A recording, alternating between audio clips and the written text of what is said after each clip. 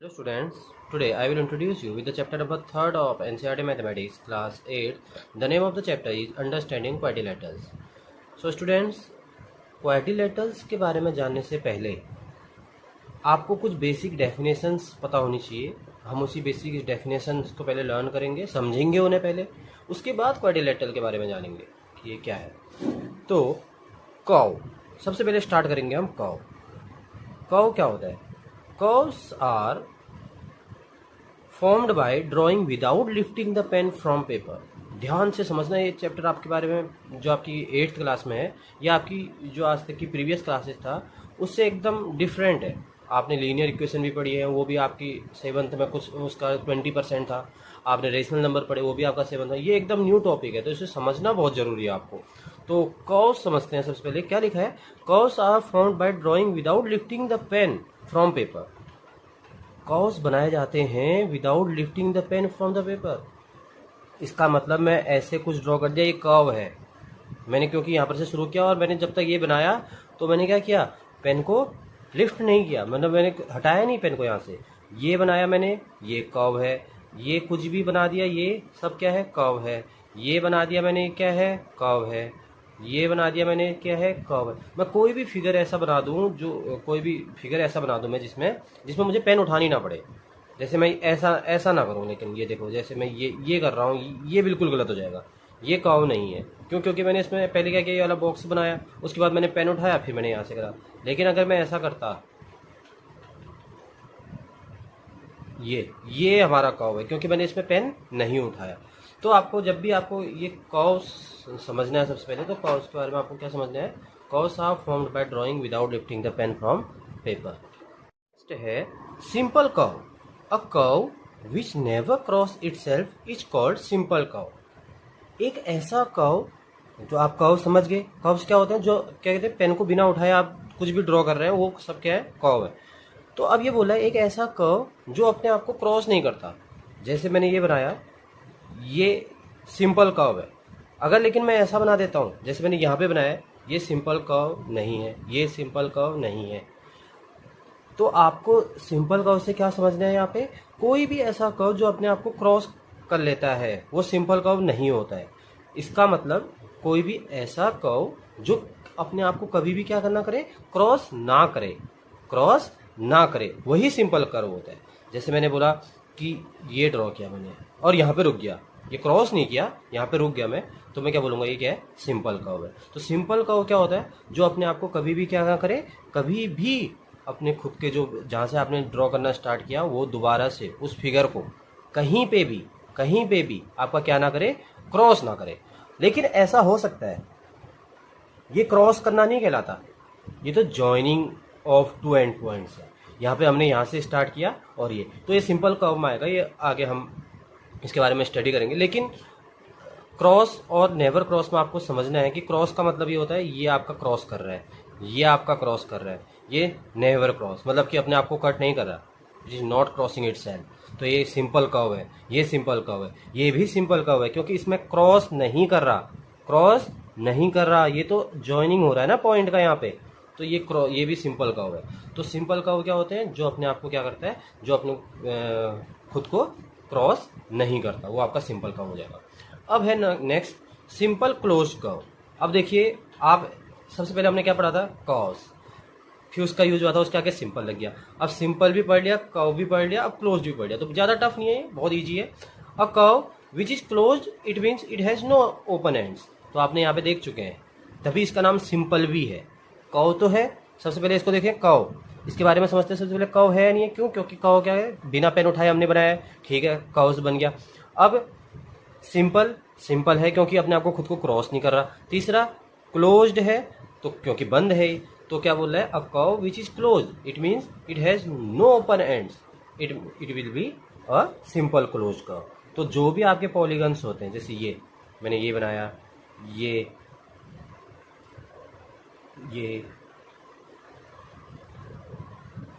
अब आप बोलोगे कि मैं एक बार यहाँ से ऐसे बना रहा, फिर यहाँ से बना रहा, लेकिन आप इसको विदाउट लिफ्टिंग पेन कर सकते हैं। ये फिर ये ऐसे बनेगा। ये मैं तो फिगर अच्छा बने इसलिए मैं वैसे बनाया, अलग अलग पार्ट से।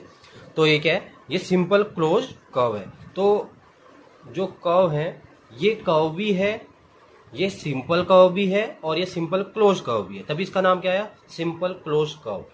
ये जो है ये क्या है, ये सिंपल, ये खाली क्या है, कर्व है, ये भी क्या है, कर्व है, क्योंकि इसको हमने विदाउट लिफ्टिंग पेन बनाया है। लेकिन सिंपल कर्व की जब बात करेंगे हम क्या करेंगे, वो अपने आप को क्या नहीं करता, क्रॉस नहीं करता, क्रॉस नहीं करता। तो कर्व, सिंपल कर्व और सिंपल क्लोज कर्व, ये तीन चीज़ें आपको बहुत अच्छे से पता होनी चाहिए। अगर आपको ये पता नहीं है तो आप फिर आगे जाके ये पॉलीगन जो चैप्टर है उसमें आप अपने क्या कहते हैं, अपनी जो पकड़ है अच्छे से स्ट्रॉन्ग नहीं कर सकते आप। नेक्स्ट करते हैं हम पॉलीगन। अब आते हैं हम पॉलीगन्स पे। A close curve made up of only line segment is called a polygon. एक ऐसा curve, curve means without lifting the pen, तो एक ऐसा फिगर बनाना है जो विदाउट लिफ्ट करे हुए आपका पेन से बने और क्या हो, लाइन सेगमेंट से ही मिलके बनाओ। तो एक लाइन बना दी, लाइन सेगमेंट से मिलके बनाया, और ये बना दिया, ये बना दिया, क्लोज्ड भी है तो क्लोज करते वक्त ये बनाना पड़ेगा। इसका मतलब कितनी लाइन सेगमेंट चाहिए आपको एक पॉलीगन बनाने के लिए, मिनिमम लाइन सेगमेंट से मिलके बनाओ जो, तो होता है थ्री लाइन सेगमेंट से मिलके बना सकते हैं, और उसका नाम होता है क्या, ट्रायंगल। तो आपका जो ट्रायंगल है वो सबसे लीस्ट, जो आपका बोल सकते हैं लीस्ट लाइन सेगमेंट से मिलके बना हुआ क्या हो सकता है, पॉलीगन होता है। तो एक close curve made up of only line segment is called polygon. या आप दूसरे वे में समझ सकते हैं, अ simple close curve made up of minimum 3 line segment is called polygon. ये भी वही है कि एक ऐसा क्लोज कर्व जो उसमें मिनिमम 3 लाइन सेगमेंट तो हों, और वो किससे बन के हों, लाइन सेगमेंट ही हो। यहाँ पे लिखा भी हुआ है, आपको ये जो भी बताया जा रहा है आपको नोट भी करना है। जैसे मैं ये बना दूँ,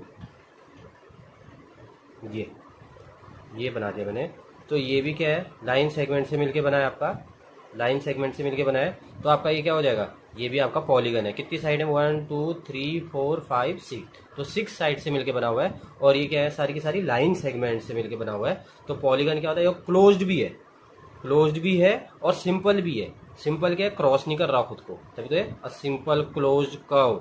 सिंपल है, क्रॉस नहीं कर रहा, क्लोज है, बंद है, और कर्व है, विदाउट लिफ्टिंग द पेन बना है। तो आपको ये समझना बहुत जरूरी है। अच्छा एक बात करते हैं, आपको मैंने एक पीछे बताया था, ये इसको क्यों नहीं लिया हमने सिंपल क्लोज कर्व में, सिंपल क्लोज्ड कर्व में इस एग्जांपल को क्यों नहीं लिया। देखिए बेटा, अगर मैं इसको बना रहा हूँ, ये क्लोज्ड करते वक्त क्या हो रहा है, ये खुद को क्रॉस भी कर रहा है, ये कर्व क्लोज्ड हो गया लेकिन सिंपल नहीं हुआ।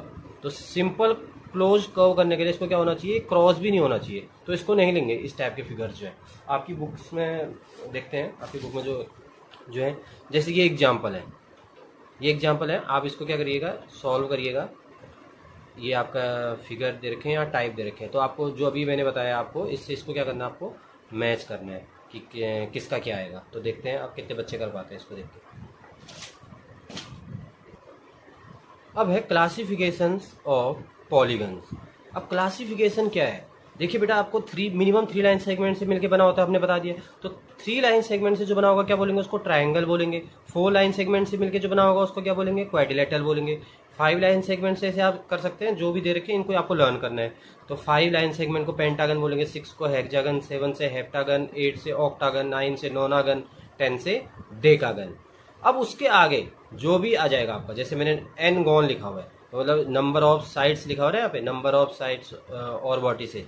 तो यहाँ पे इसका मतलब अगर मान लो मैंने 11 साइड दे दी, 11 साइड दे दी, तो आप इसको 11 गॉन बोल सकते हैं, और यहाँ पे फिगर बन जाएगा उसका, ठीक है ना। नाउ अगर next topic is diagonal. A line segment which joins two non consecutive vertices of a polygon is called diagonal. तो पॉलीगन क्या था, मिनिमम 3 लाइन सेगमेंट से मिलकर जो बना होता है, लेकिन ट्रायंगल में ऐसा पॉसिबल नहीं होता कि डायगोनल बन जाए। इसके बारे में बात करते हैं अभी थोड़ी देर में, लेकिन उससे पहले हम डायगोनल को समझते हैं पहले। A line segment which joins two non consecutive vertices of polygon is called diagonal. ये पॉलीगन है लेकिन इसमें क्यों नहीं बनता अभी बात करते हैं। उससे पहले हम एक क्वाड्रिलेटरल लेते हैं। देखिए मैं यहाँ पे क्या डायगोनल की क्या डेफिनेशन ले रहा हूँ, a line segment which joins two non consecutive vertices. Consecutive मतलब होता है कि लगातार, तो इसमें लिखा है नॉन कॉन्जिक्यूटिव वर्टिसेस, मतलब कि इसके बाद एक लगातार वर्टिसेस ना आए। इसके बाद आपको या तो इसको छोड़ देना है या तो इसको छोड़ देना है। अगर मैं यहाँ से डायगोनल शुरू करना चाहता हूँ, तो यहाँ से अगर डायगोनल बनाऊंगा तो कहाँ जाएगा, इसको एक छोड़ना है मुझे, नॉन कॉन्जिक्यूटिव बोल रहा है, मतलब लगातार नहीं होनी चाहिए वर्टिसेस, तो इससे इसको मिलाऊंगा क्योंकि इसके बाद लगातार नहीं है। तो एक लाइन सेगमेंट जो क्या करती है, दो वर्टिसेज को मिलाती कौन सी, नॉन कॉन्जुगेटिव वर्टिसेज को, जो लगातार नहीं आती है उन वर्टिसेज को ज्वाइन करती हो तो उसको क्या बोलते हैं, डायगोनल। अब जैसे एक तो बन गई इसमें, और एक यहाँ से क्या होगा, अगर मैं यहाँ से ज्वाइन करना चाहूँ तो यहाँ से तो ये तो लगातार हो जाएगा, यहाँ से भी इसके बगल वाला हो जाएगा ना, जस्ट बगल में। यहाँ से अगर मैं बोलूँ तो ये इसके जस्ट नियर बाय एडजेसेंट है, ये इसके बगल में क्या एडजेसेंट है, तो यहाँ से यहाँ ड्रॉ कर सकते हैं, क्योंकि इसके बाद एक स्किप होकर दूसरी वर्टिसेज आ गई। तो हम बोल सकते हैं कि यहाँ पे हमने कितनी डायगोनल्स बनाई इसमें, जो आपका ये रेक्टेंगल था 2 बनाई।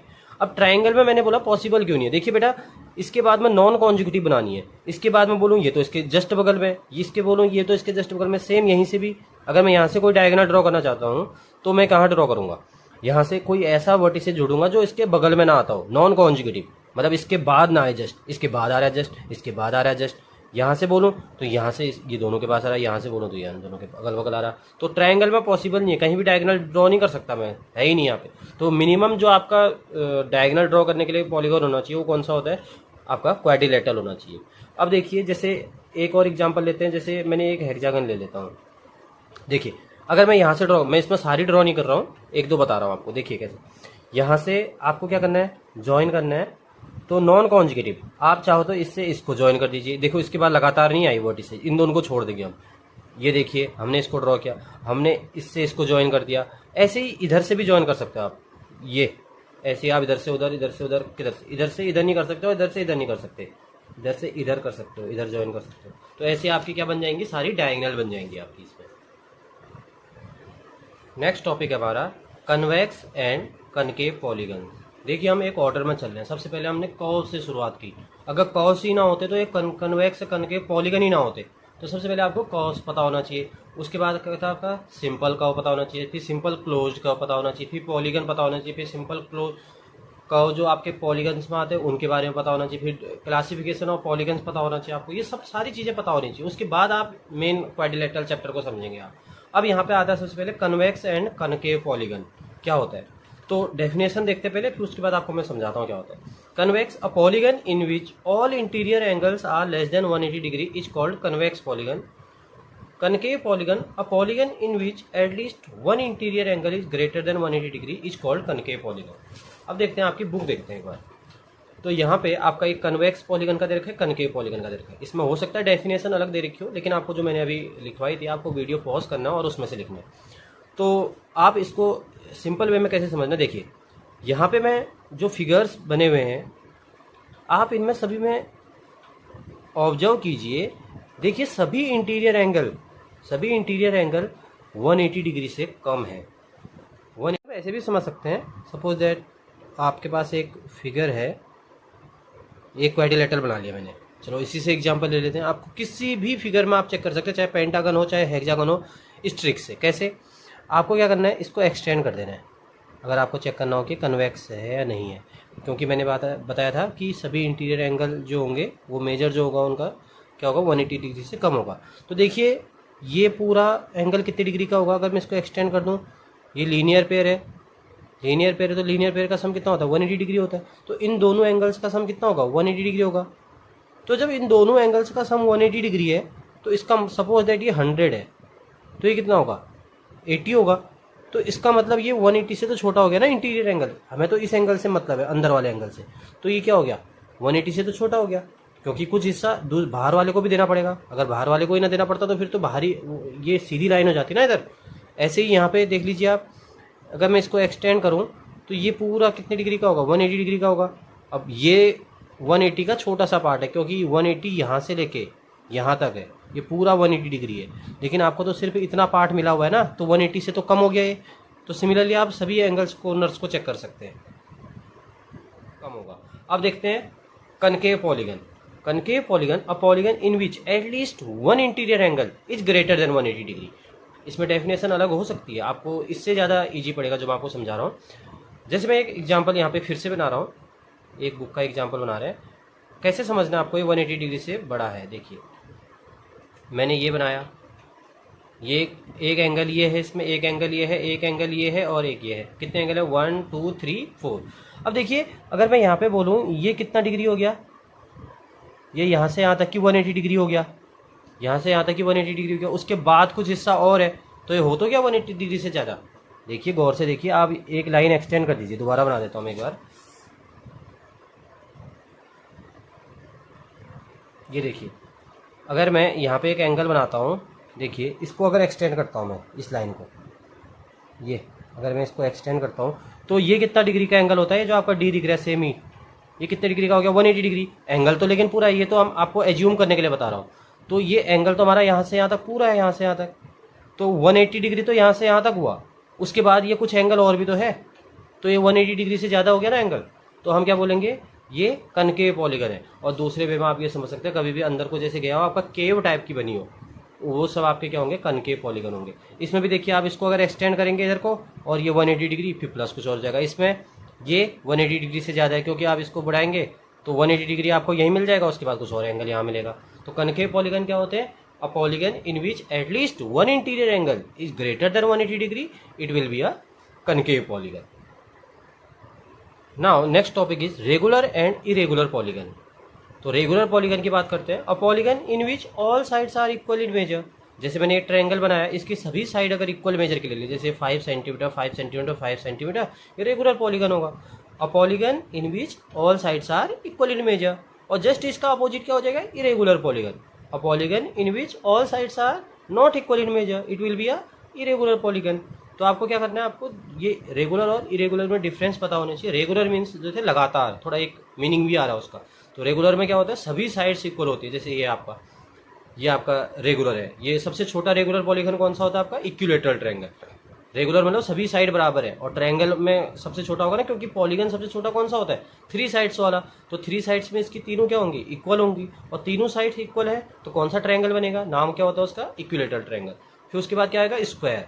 उसके बाद आपका ये, जैसे ये दोनों फिगर दे रखे हैं, ये आपका इरेगुलर पॉलीगन है। आपको यहाँ पे ऑब्जर्व भी हो रहा होगा, ये सबसे आपको बड़ी लग रही है जो सामने वाली साइड है, हाइपोटेन्यूज, और ये दोनों भी डिफरेंट डिफरेंट मेजर के हैं। या यहाँ पे एक वो ले लीजिए, रेक्टेंगल ले लिया हमने, अपोजिट साइड तो इक्वल है, लेकिन ये दोनों भी तो इक्वल है, पर इसका और इसका मेजर तो अलग अलग है ना, तो सभी साइड का इक्वल होना चाहिए मेजर।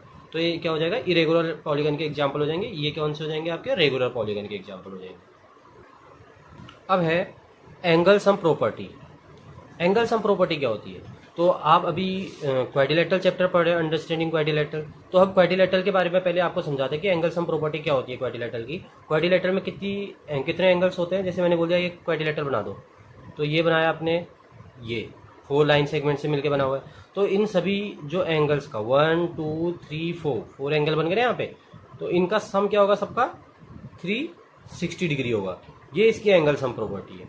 ऐसे ही आपको सभी जो पॉलीगन्स होते हैं इनका आपको लर्न करना है। अब इतने सारे पॉलीगन्स आपको अगर लर्न नहीं हो पाता, सिंपल सी बात है, अगर मैंने बोल दिया कोई पॉलीगन जिसकी 16 साइड है, उसके सभी एंगल्स का सम क्या होगा।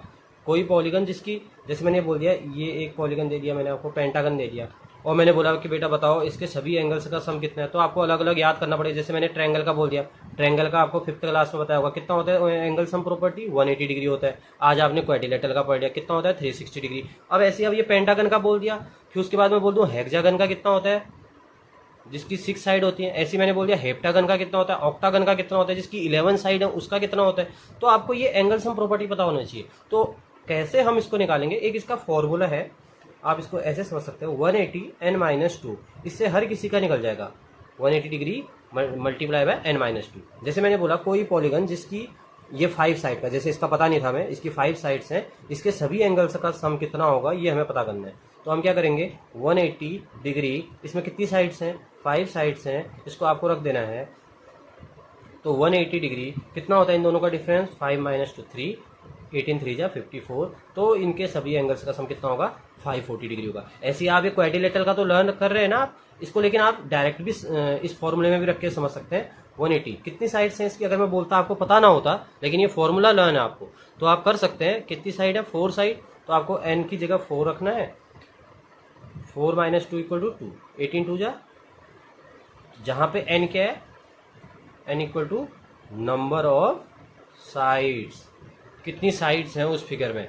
तो जितनी भी आपको कोई भी पॉलीगन पूछ दूं मैं, अब जैसे ये पूछ दिया मैंने 6 का, एक और एग्जांपल लेते हैं लास्ट। ऐसे आपको किसी का भी निकाल सकते हैं, 9 साइड, 10 साइड, 11 साइड, आपको जस्ट n की जगह कितना रखना है, जितना साइड बोला होगा। जैसे मैंने बोला 6 साइड वाले पॉलीगन का सभी एंगल का सम कितना होगा, इंटीरियर एंगल का। तो आप क्या करोगे, यहाँ पे 180 यहाँ पे रख दोगे आप, कितना, 6 का पूछा था, 18 720 डिग्री। बहुत ज़्यादा ईजी है। तो ये फॉर्मूला आपको लर्न करना है, एंगल सम प्रॉपर्टी करके लिखना है आपको। उसके आगे फॉर्मूला लिखोगे जहाँ पे where N equal to number of sides, मतलब कितनी साइड्स पूछी गई है। सो स्टूडेंट्स, आपको ये सब लर्न करना है और समझना है आपको इसको। उसके बाद हम चैप्टर नंबर 3 में एक्सरसाइज 3.1 करेंगे। Thank you students.